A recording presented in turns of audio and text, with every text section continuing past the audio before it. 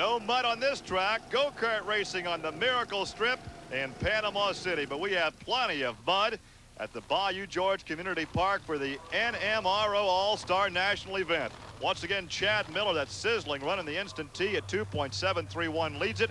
Enos Thomas is second, the Heartbeat of America, and Steve DeLue is third in Bodacious.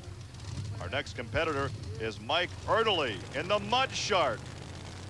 Gary, Mike's been around this sport. If there's an old pro in this sport, it's got to be Mike. He's won national championships before. You follow the sport, everybody's heard of the Mud Shark. He is an attack driver. The track will hold the horsepower. That's the name of the game, and Mike proves it.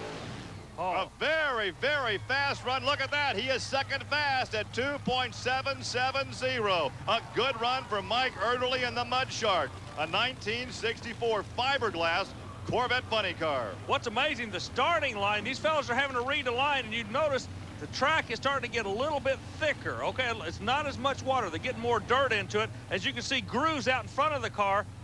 Mike is lining up trying to get into grooves. He comes out, settles in it, now just pushes it through the other end. And he rides out the 2.770, good enough for second on the overall list.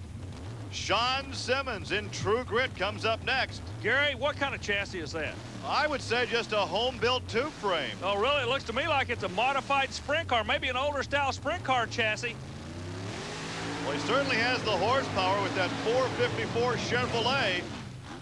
He looks like a sprint car chassis on the big end. Bucking down through that finish line at 3.289. Looks like he was hooked up against the cushion there.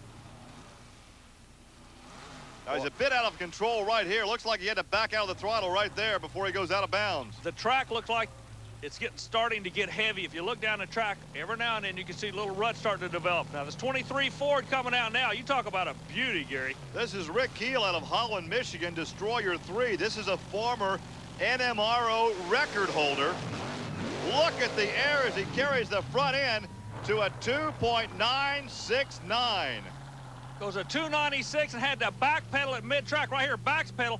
Then he jumps into the throttle and comes across the track. So he went a greater distance in that run at 2.969. Wayne Schott up next, the untouchable. This is a rail funny car with a big Keith Black engine. The chassis on this one was built in California by one of the late model super modified chassis builders out there.